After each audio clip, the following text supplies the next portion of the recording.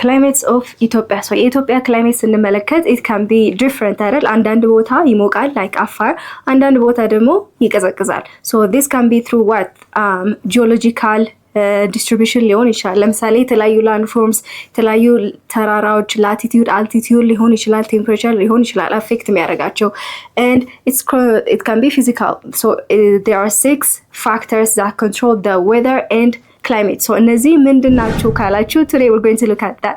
Hello everyone, my name is Rukatana from Lucy Bridge Academy. ሁሌም እንደምንለው ዌብሳይታችን www.lucybridgeacademy.com join ያርጉ። የተለያዩ AI supportive questionnaires ታገኛላችሁ and of course our YouTube channel. Comment, subscribe, what are you waiting for? And አስተያየትና ኮሜንት ካላችሁ ደግሞ ቴሌግራም ቻናላችን ላይ አስቀምጡልን. Okay, let's get into it. Okay, so Ethiopia different የሆነ climate condition experience ታደርጋለች ብለን አይደለ? This can be through geography island and physical factors. Geography like in terms of አቀማመጥ የተለያዩ land forms mountainoች ሊሆኑ ይችላሉ and they are influenced by both spatial እና temporal. Spatial የምንለው ከቦታ አንፃር ነው አይደል? It can be based on location ላይ affect የሚያደርጋቸው ነው። ቴምፖራል የምንላቸው ደግሞ it can be in terms of time ከጊዜ አንፃር። ስለዚህ ከጊዜና ከቦታ አንፃር ኢንፍሉዌንስ ይደረጋል ማለት ነው። Now the controls of weather climate እነዚህ የኢትዮጵያን ክላይሜት እና weather conditionዎችን control የሚያደርጉ 6 major physical factors አሉ። So እነዚህ we're going to list them and we're going to look at them in detail. Okay. የመጀመሪያው the latitude ምንድን ነው? It is a horizontal line ሆኖ አንድን ቦታ በዲግሪ የሚያሳየን ነው። ማለትም for example ፀሐይ ከመሬት or ፀሐይ በምን ያክል ዲግሪ መሬትን እንደምታገኛት or በምን ያክል ዲግሪ እንደምትነካት የሚያሳየን ነው። So it shows us in terms of degree. So የኢትዮጵያን ዲግሪ ወይ ደግሞ ላቲቲዩድ ስንመለከት it is 3 degree north እና 15 degree north latitude ላይ ይገኛል። So ይሄ ምን ማለት ነው? As you can see እዚህ ጋር 3 degree north አለን፣ እዚህ ጋር ኢኩዌተር አለን። ኢማጂነሪ የሆነ ላይን አፍሪካ ለምሳሌ በመሃል ክሮስ የሚያደርጋት ነው ብለናል። ሶ ኢኩዌተር እዚህ ጋር አለ፣ እዚህ ጋር ደግሞ 15 degree north። ሶ ኢትዮጵያ የቱ ጋር ነች? እዚህ ጋር ነች። ሶ it is closer to the equator አይደል? ወደ ኢኩዌተር ተጠግታ ነው የምትገኘው። ሶ ወደ ኢኩዌተር ተጠግታለች ማለት ምንድነው? ሶ ፀሐይ የተለያዩ ቦታዎች ወደ ኢኩዌተር ለሚቀርቡ ቦታዎች ቨርቲካሊ ነው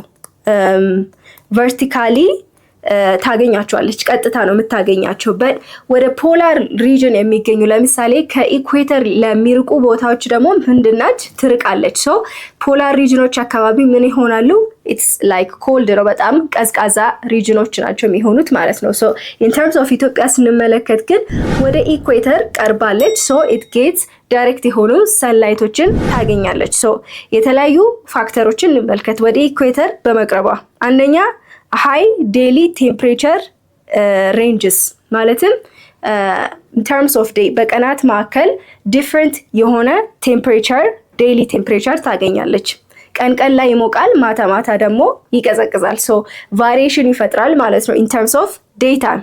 What about season? so ወቅቶችን ሲዝኖችን ስንመለከት ግን ብዙም ዲፍረንስ አያመጣም። ማለትም በወቅት ለምሳሌ ክረምት፣ በጋ በምንላቸው ሲዝኖች ምን ይፈጠራል? ብዙም ልዩነት በሌለው የፀሐይ ብርሃንን ያገኛሉ ማለት ነው። ሶ ስለዚህ ሃይ የሆነ ወደ ኢኩዌተር ከመቅረቧ ምክንያት ሃይ የሆነ ቴምፕሬቸርን ታገኛለች። ሁለተኛ ደግሞ ዲፍረንስ ኢን ዴይሊ ቴምፕሬቸር በቀንና በማታ መካከል ዲፍረንስ የሆነ ቴምፕሬቸር ይመጣል። in terms of season ወይ ደግሞ ወቅቶችን ስንመለከት ሚኒመም የሆነ ዲፍረንስ ማለትም በበጋም በክረምትም የሚመጡ ፀሐይ ብርሃን almost ብዙም ልዩነት ሳይፈጠር ያገኛሉ ማለት ነው። Okay, Ethiopia's location in the tropical zone, high temperature most of the year. ብዙ ጊዜ አመቱን ሙሉ like ከአመት ውስጥ ብዙ ጊዜ ዳይሬክት የሆነ ሰንላይት እንድታገኝ ያረጋታል። Okay, ላቲቲዩድን ካየን ደግሞ አሁን ደግሞ altitude እንግዲህ ከሁሉም ፋክተሮች the most important factor ነው።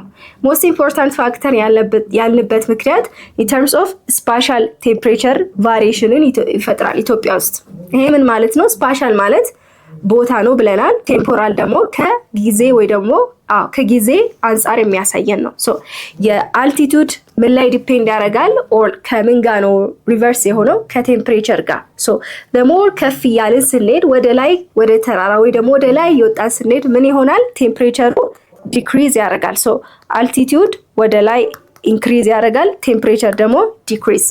በት ወደ ታች ስንሄድስ ወደ ታች ቁልቁለት ቦታ ኦር ላይክ የተለያዩ ወደ ታች የወረዱ ሎላንዶች ብንሄድስ አልቲቲዩዱ ወደ ታች እየቀነሰ ሲሄድ ቴምፕሬቸሩ ግን ምን ይሆናል? እየጨመረ ይሄዳል ማለት ነው። ሶ this is important factor affecting spatial temperature variation in ኢትዮጵያ።